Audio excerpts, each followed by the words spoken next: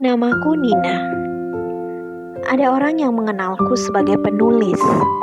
Ada yang menyebutku sebagai trainer desa wisata. Sebagian lagi mengundangku menjadi MC atau moderator sebuah acara. Seringkali aku juga diminta memberi les private bahasa Inggris kepada anak SD. Kadangkala aku juga dapat tugas untuk menghandle proyek-proyek pariwisata di Wakatobi. Lucunya, beberapa menyapa aku sebagai content creator atau YouTuber. Banyak juga ya ternyata. Tapi inilah aku dengan sedikit perjalanan hidupku. Menjadi penulis adalah cita-citaku sejak duduk di bangku SMP.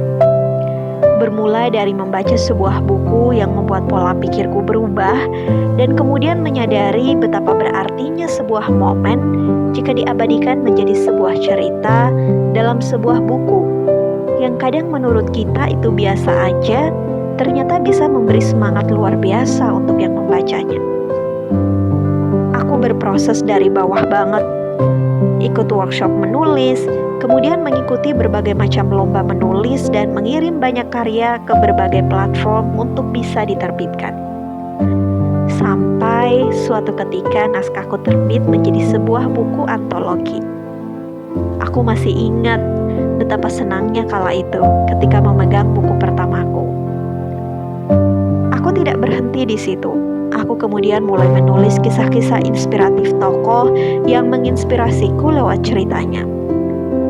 Aku juga mencoba menawarkan diri untuk membuat biografi beberapa tokoh yang tidak kukenal.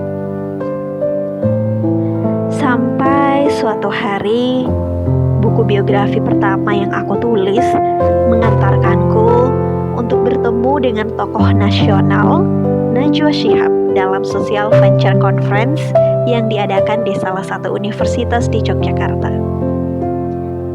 Tak pernah terbayangkan jika aku akan duduk satu panggung dan berdiskusi bersama dengan tokoh idola banyak orang, terutama anak muda. Ini merupakan salah satu momen terindah ketika aku menjadi mahasiswa. Suatu hari juga aku bertemu secara virtual dengan seorang perempuan Indonesia termuda, peraih gelar doktor di perguruan tinggi Tiongkok, dan menawarkan diri untuk menuliskan biografi beliau.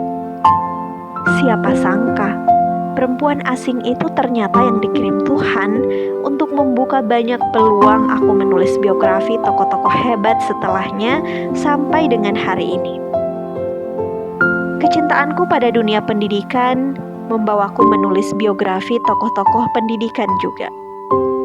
Dan dari menulis ini juga, aku terus dipertemukan dengan banyak orang baik yang juga mencintai pendidikan.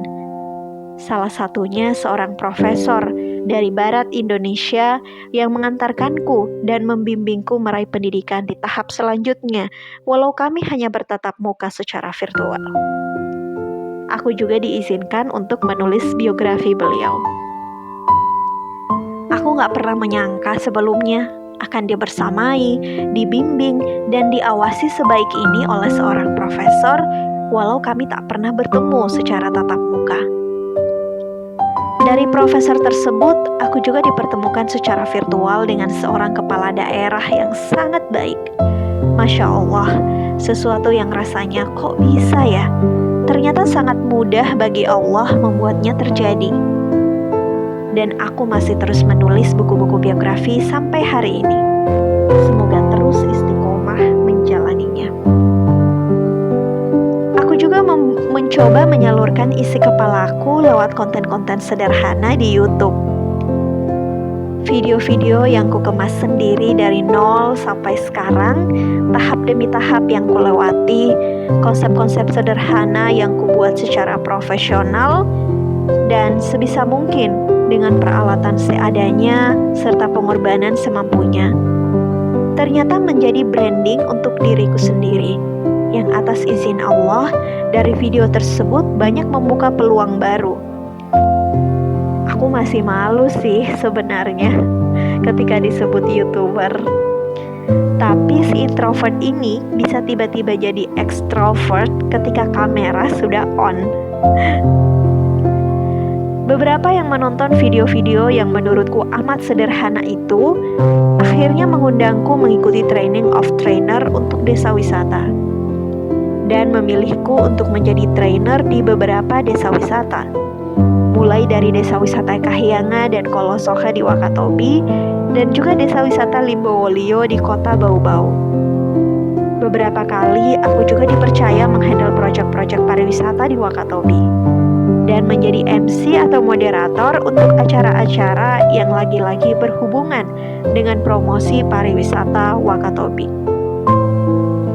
Di sini aku merasa ilmuku ketika S1 alhamdulillah bisa digunakan.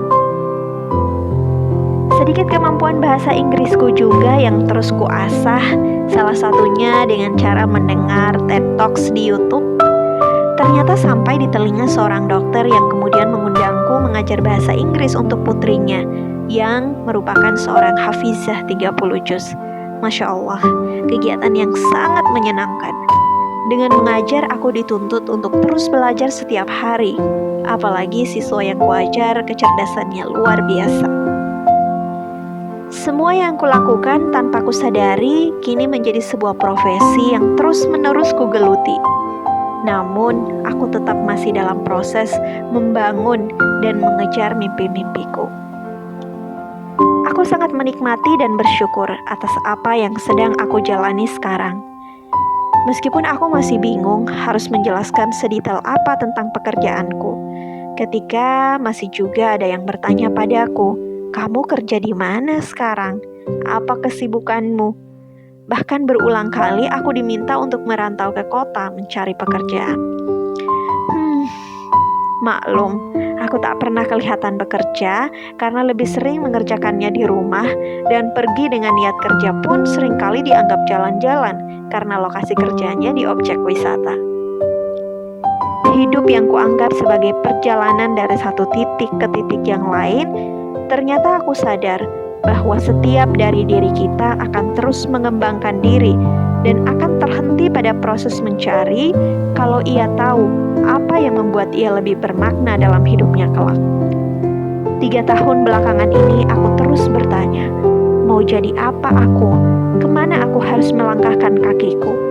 Hingga akhirnya aku menemukan bahwa mau jadi apa kita nanti itu harus mulai kita bangun dari hari ke hari. 3 tahun perjalanan ini membuatku mengerti bahwa aku sedang berproses membangun pondasi mimpi-mimpiku dan akan terus berusaha membangunnya menjadi rumah yang kokoh. Hidup di dunia cuma tentang syukur dan sabar. Kalau dapat syukur, kalau tidak juga ya sabar. Sampai hari ini aku masih terus belajar. Belajar mengembangkan potensi, menjalin relasi, dan terus ingin berkolaborasi. Aku memilih untuk terus menjiwai dan menikmati setiap proses yang kulalui, bukan menyesali apa yang tidak bisa kuraih kemarin. Inilah ceritaku, bukan tentang hari ini dan lalu, tapi aku ingin mengajak semua untuk menikmati setiap proses yang dilewati. Terus mencoba dan jangan pernah menyerah, karena kita tidak pernah tahu di usaha kita yang keberapa kita akan berhasil. Mari menampakkan langkah kaki kita ke depan dengan senyuman dan penuh kebermaknaan. Terima kasih untuk kamu yang sudah mendengarkan ceritaku hari ini.